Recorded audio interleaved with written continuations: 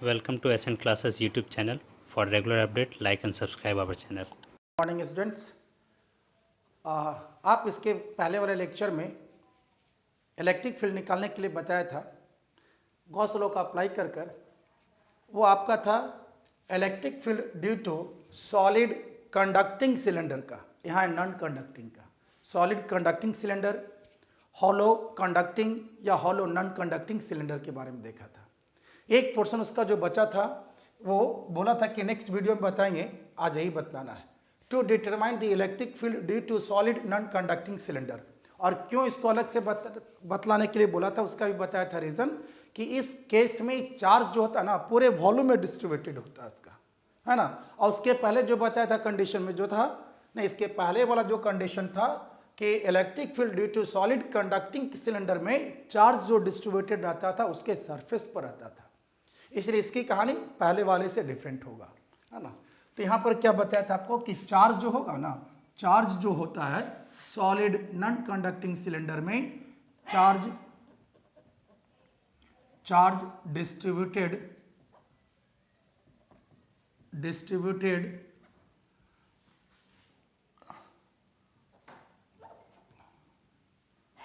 On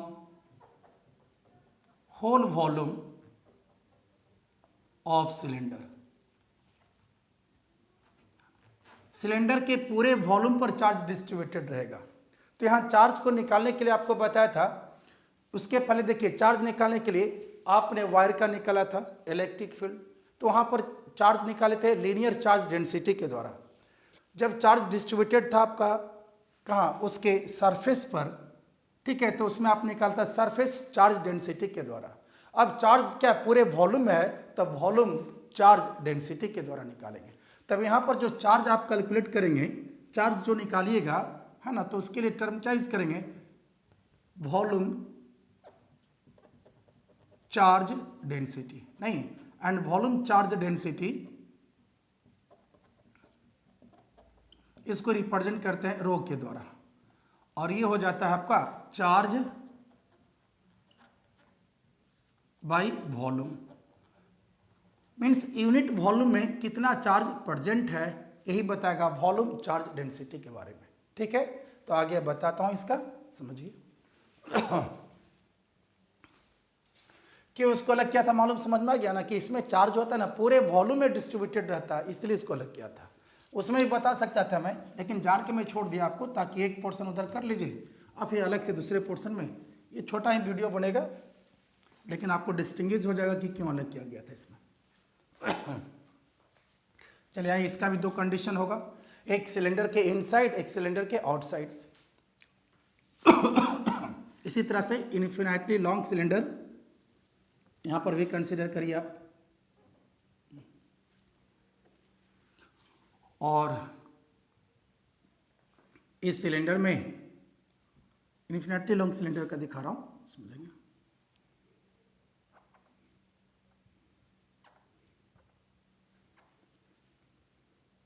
ये radius हो गया, capital R radius,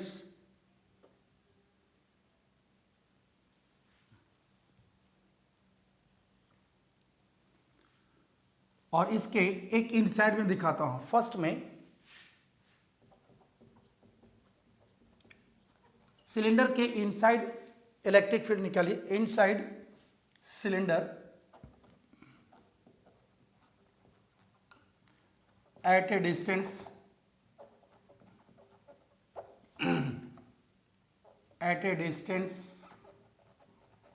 of r and r is less than r, ठीक है, इस कंडीशन में। देखिए इसमें क्या है ना कि आप देखिए नॉन कंडक्टिंग सिलेंडर लिया, तो नॉन कंडक्टिंग सिलेंडर में क्या क्या क्या होगा कि चार्ज पूरे वॉल्यूम में डिस्ट्रीब्यूटेड होगा, है ना। चार्ज जो होगा ये पूरे वॉल्यूम में डिस्ट्रीब्यूटेड होगा, ठीक है। देखिए हम ज़्यादा चार्ज को कंसंट्रेटेड फॉर्म में नहीं दिखा रहा हूं ताकि समझने में आसान हो आपको।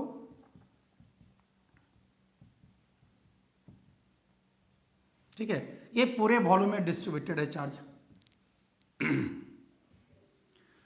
चलिए अब देखिए इसमें क्या बोल रहा हूँ, इससे आर डिस्टेंस पर, है ना, इन साइड यहाँ पर ले रहा हूँ, आर डिस्टेंस पर आपको इलेक्ट्रिक फील्ड निकालना है। पहले क्या करेंगे, उसी तरह से गॉस लॉ का यूज करना है, तो पहले गॉसियन सरफेस बनाएंगे और सिलेंडर का गॉसियन सरफेस सिलेंडर ही होगा। तो इसका आर डिस्टेंस पर सिलेंडर बनाइए,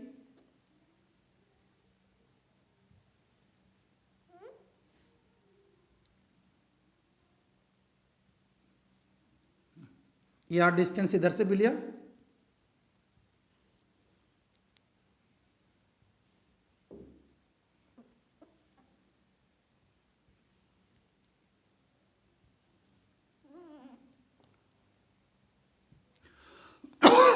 ठीक है। आर डिस्टेंस पर गॉसियन सरफेस, ये गॉसियन सिलेंडर, गॉसियन सरफेस यहाँ पर क्या हो गया, सिलेंडर का गॉसियन सरफेस जो होगा सिलेंडर ही होगा।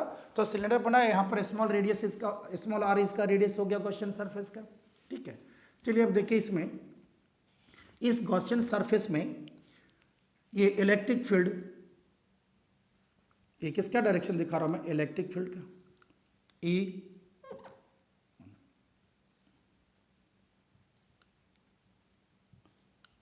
और इलेक्ट्रिक ए होगा इलेक्ट्रिक फील्ड, ए का डायरेक्शन दिखा है, इधर भी इलेक्ट्रिक फील्ड,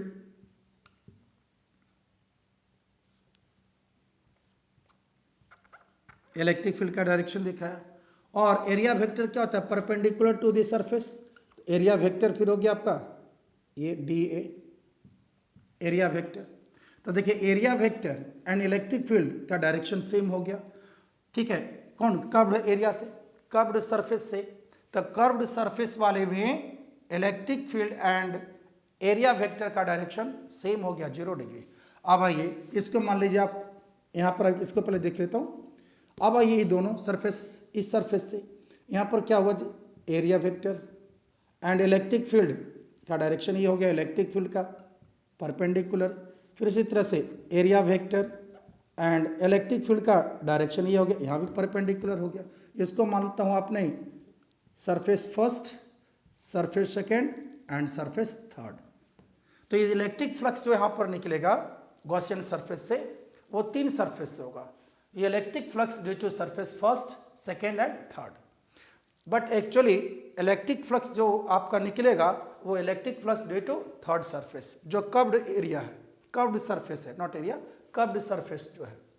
और फर्स्ट एंड सेकेंड सरफेस से इलेक्ट्रिक फ्लक्स यहाँ से नहीं निकलेगा, क्यों, क्योंकि यहाँ पर एरिया वेक्टर और इलेक्ट्रिक फील्ड एक दूसरे का परपेंडिकुलर है।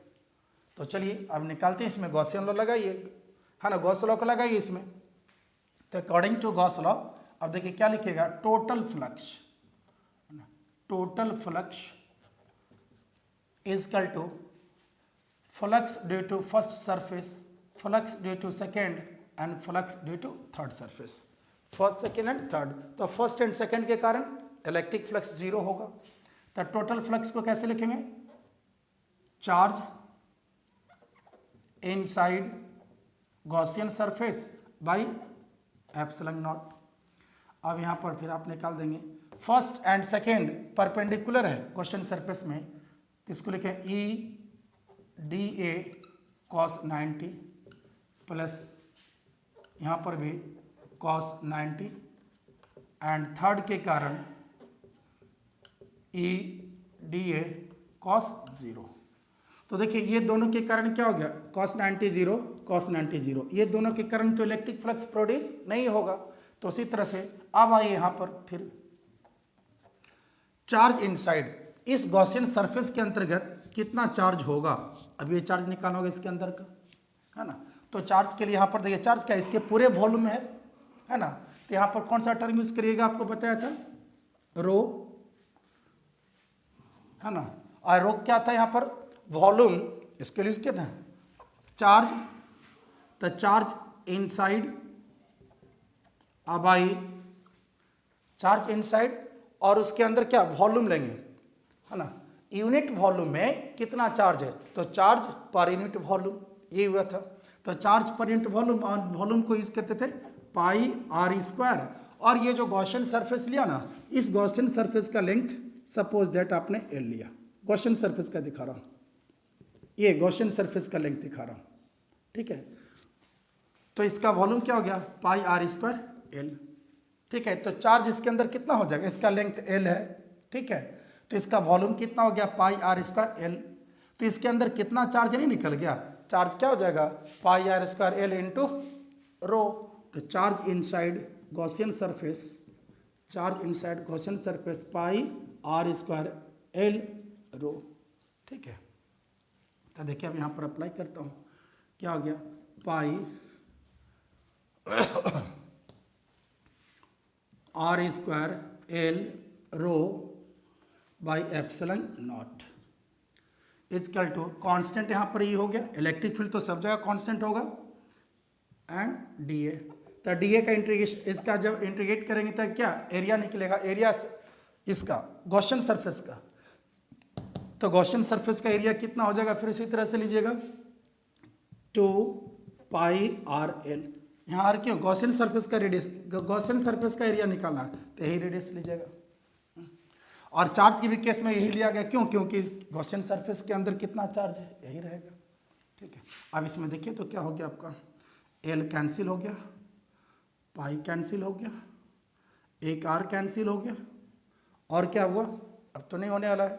चलिए, देयरफॉर ई इलेक्ट्रिक फील्ड देखिए कितना आ गया यहाँ पर, रो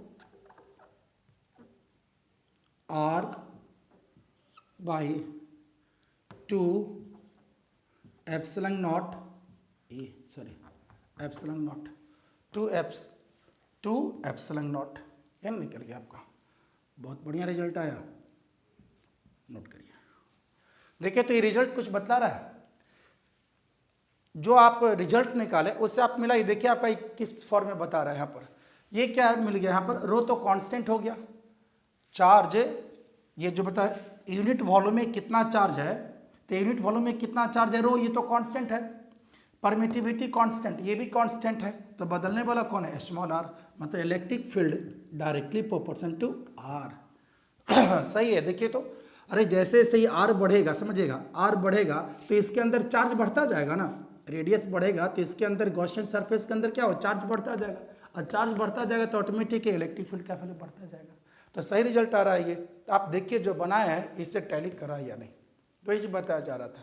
और इसके पहले जो आपने बनाया था कि electric field due to solid conducting cylinder के केस में वहाँ क्या था, इलेक्ट्रिक फील्ड का वैल्यू 0 आया था, क्यों, क्योंकि उसके अंदर कोई चार्ज नहीं था, वहाँ चार्ज कहाँ डिस्ट्रीब्यूटेड रहता था, सरफेस पर रहता था, इसलिए वो तीनों कंडीशन में इलेक्ट्रिक फील्ड का वैल्यू 0, और इसमें electric field directly proportion to R, माने मैक्सिमम वैल्यू कहाँ पर हो सकता है इलेक्ट्रिक फील्ड का, इसके सरफेस पर, क्योंकि मैक्सिमम चार्ज तो यहीं तक है, उसके बाद तो चार्ज नहीं है, फिर घटना शुरू हो जाएगा। अब वही प्रूफ करके बताता हूँ। फिर ये सरफेस के बाहर निकालेंगे, इस आर को सरफेस के बाहर लेंगे तो ऑटोमेटिक इलेक्ट्रिक फील्ड का वैल्यू क्या होना चाहिए, घटना चाहिए, क्यों, क्योंकि चार्ज तो अब है नहीं, अब डिस्टेंस बढ़ना शुरू हो जाएगा, डिस्टेंस बढ़ना शुरू होता है इलेक्ट्रिक फील्ड घटना शुरू होगा, इसका मतलब रिलेशन वहाँ इन्वर्सली आना चाहिए। देखिए प्रूफ करके भी बताता हूँ, नोट करिए इसको।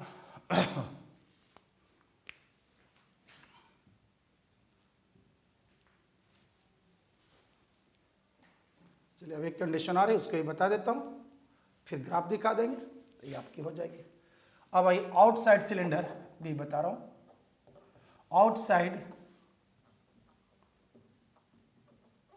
Outside cylinder at a distance of R where R is greater than R. अब ये वाला कंडीशन लीजिए, चलिए यहाँ तक वही रहने देते हैं, ठीक है, देखते हैं क्या उसमें आता है, हो सकता है इतना सेम रह जाए तो हमको मिटाने की जरूरत नहीं पड़ेगा, ऐसे में लिखवा देंगे, आपको बता देंगे। देखिए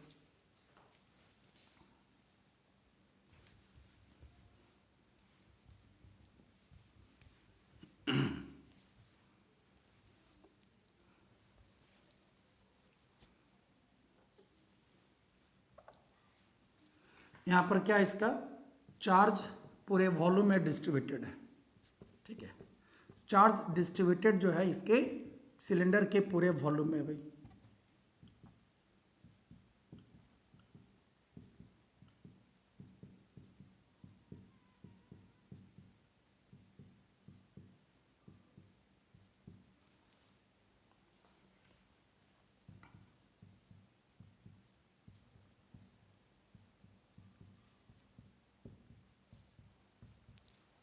चलिए अब देखिए इसका फिर उसी तरह से इलेक्ट्रिक फील्ड निकालने के लिए यहाँ क्या करेंगे, इसके आउटसाइड लीजिए।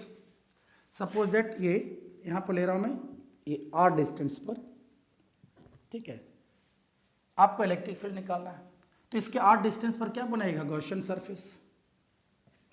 यहाँ पर आर डिस्टेंस पर गॉसियन सरफेस को बनाइए।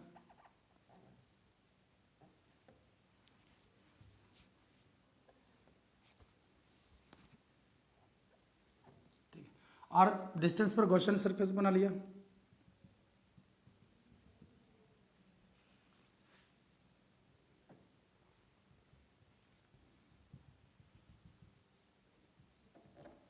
ठीक है, अब इसमें देखिए इसका गॉसियन सरफेस का दिखा रहा हूं मैं।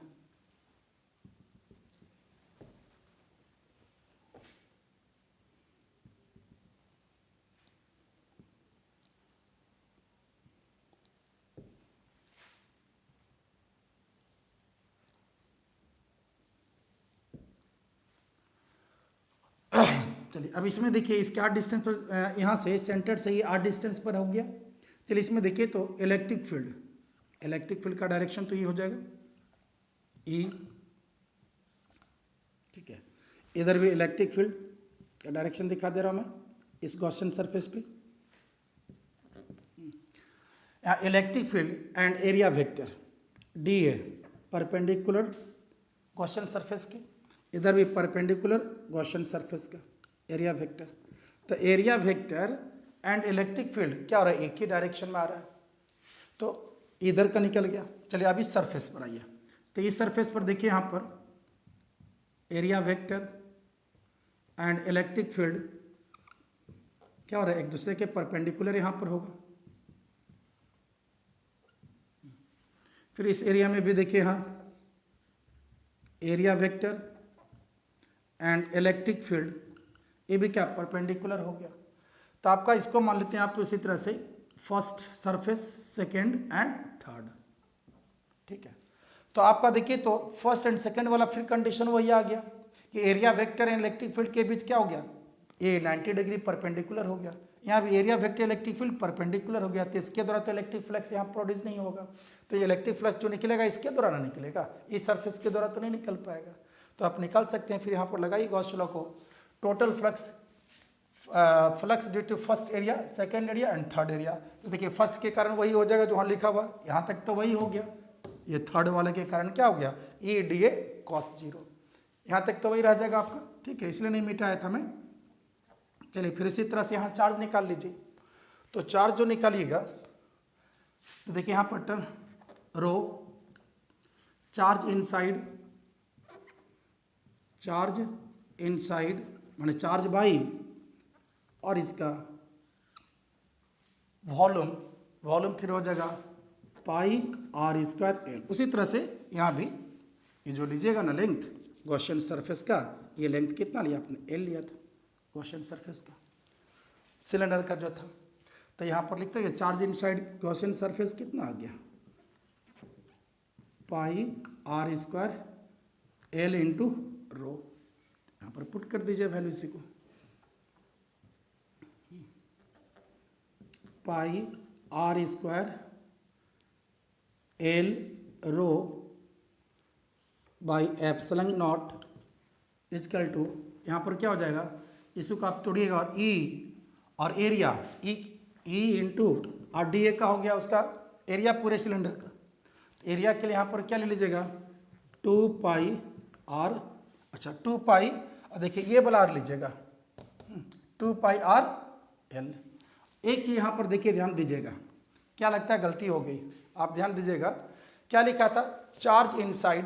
तो चार्ज इनसाइड थी गॉसियन सरफेस के अंदर चार्ज कहाँ था, यहीं तक ना था, ये वाला चार्ज था। तो इसके इनसाइड जो चार्ज जहाँ तक रहेगा वो ना रेडियस लेंगे, तो ये वाला क्या, ये वाला आर लेंगे यहाँ पर चार्ज के केस में। ये मैंने गलती कर दी, यहाँ पर आप लिखे आर स्क्वायर, समझे क्यों हुआ, ये जो आप कंडीशन यहाँ पर लिखा था गॉसियन सरफेस के अंतर्गत, तो गॉसियन सरफेस के अंतर्गत चार्ज कहाँ तक है, यहाँ तक है। तो यहाँ तक चार्ज आ रही है, तो इसके अंदर चार्ज यही ना हुआ, तो क्या हुआ रेडियस जो ये वाला इसका लेंगे जिसके अंतर्गत चार्ज है, ठीक है। तो यहाँ क्या लिखे हैं, यही हो गया pi r square l rho, pi r square l rho, r हो गया radius of cylinder, original cylinder. तो यहाँ पर लिखिएगा यहाँ पर क्या हो गया आर स्क्वायर ना, पाई आर स्क्वायर एल रो ये लिखेगा। अब इसमें देखिए कैंसिल क्या, ये एल कैंसिल हो गया, पाई कैंसिल हो गया, और भी कैंसिल हो रहा है। देयरफॉर E इक्वल टू, ये निकाल दीजिए, देखिए क्या निकल गया। तो यहाँ पर आप लिखिएगा rho r square by 2 epsilon naught r. देखिए फिर जो पहले बोले तो वही रिजल्ट है, सोचिए फिर आप फिर इस पर देखिए।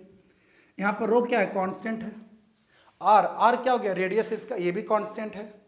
परमिटिविटी कांस्टेंट, ये भी कांस्टेंट है। बदलने वाला कौन है, आर। तो आपको बोला था कि इलेक्ट्रिक फील्ड जो होगा इन्वर्सली प्रोपोर्शन टू आर, कब, आउटसाइड सिलेंडर। तो ठीक तो है।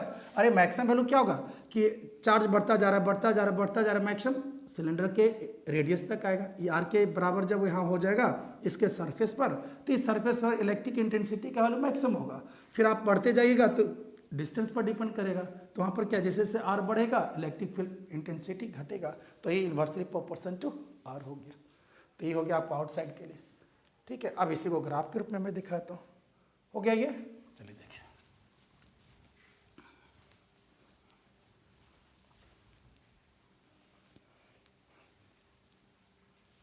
तो आपका फाइनली, अब इसका ग्राफ के रूप में दिखा दूँ, इलेक्ट्रिक फील्ड एंड आर, ठीक है, और इधर इलेक्ट्रिक फील्ड लेंगे। ऐसा दिखाता हूँ उसी तरह से, ताकि आपको पता चले कि हाँ सिलेंडर के अंतर्गत ये दिखाया जा रहा है।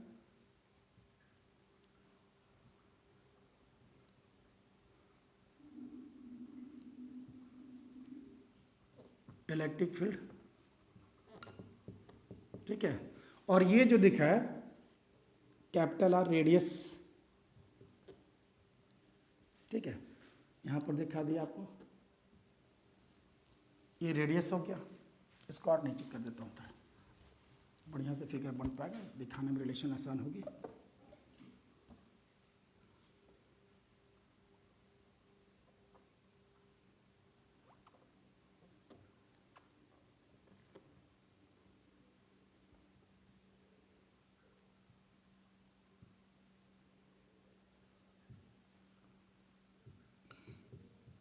ठीक है, ये दिखा है आपको radius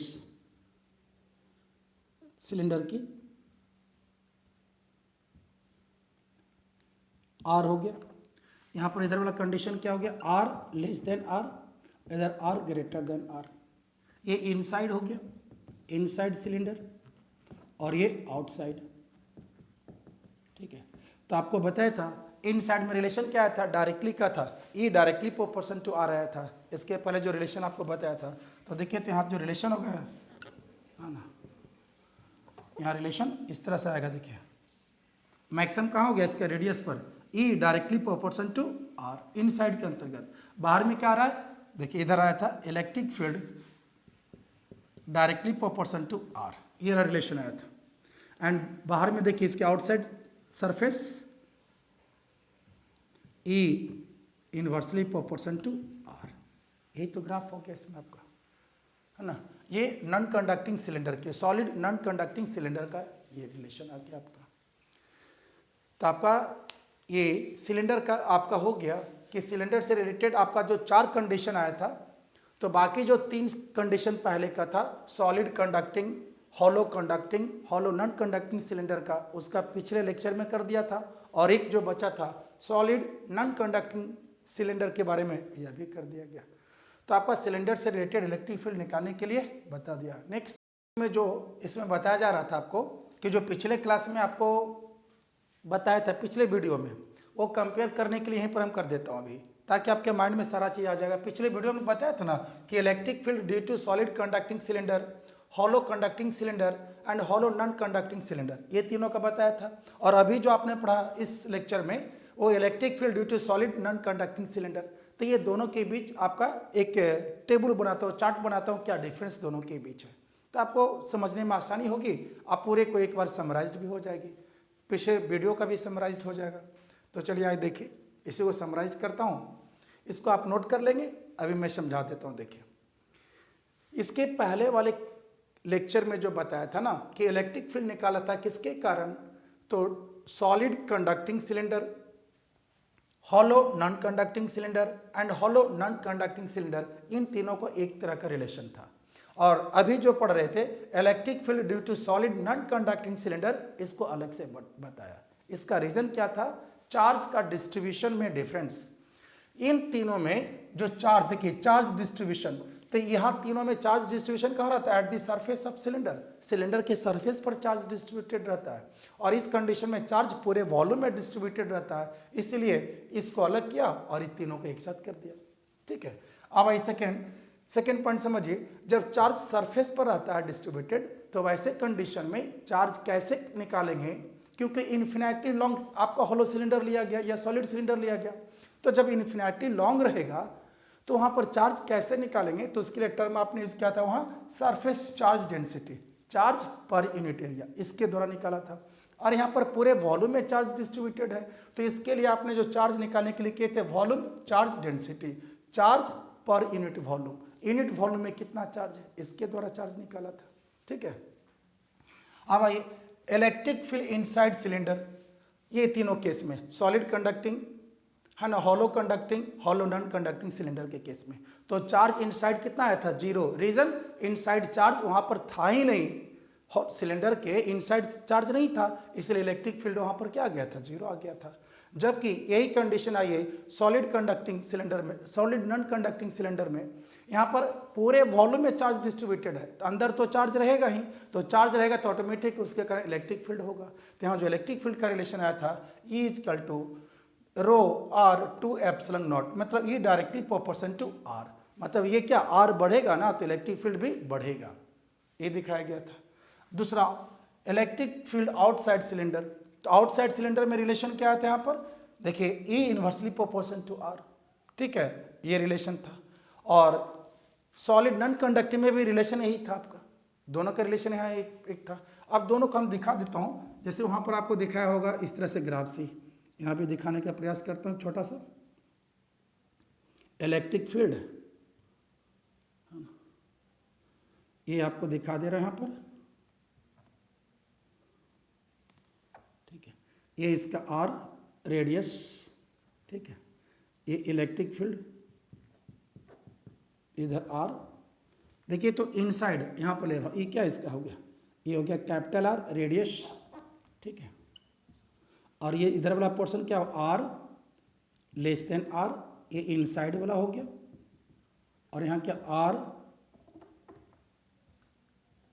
greater than R outside हो गया, आउटसाइड सिलेंडर।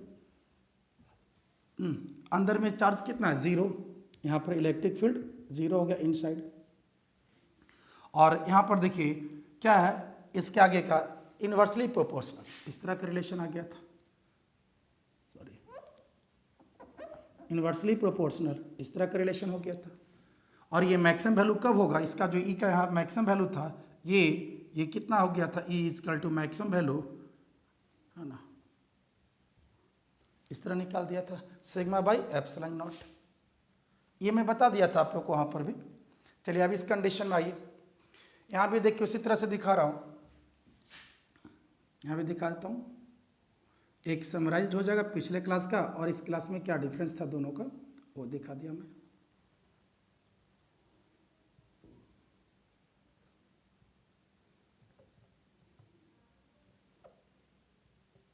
इलेक्ट्रिक फील्ड का ही दिखा रहा हूँ, आर,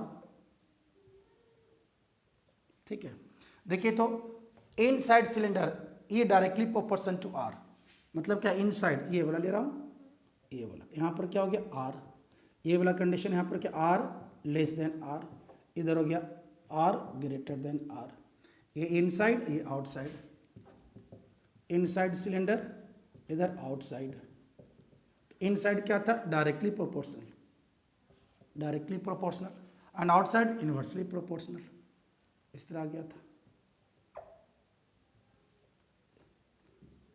इनवर्सली प्रोपोर्शनल, अंदर में क्या होगा, डायरेक्टली प्रोपोर्शनल का रिलेशन हो गया, ठीक है, बस यही तो कंक्लूजन हो गया दोनों का। तो इसको आप लोग नोट कर लीजिए, यहाँ पर आपका ये लेक्चर कंप्लीट होता है। ओके।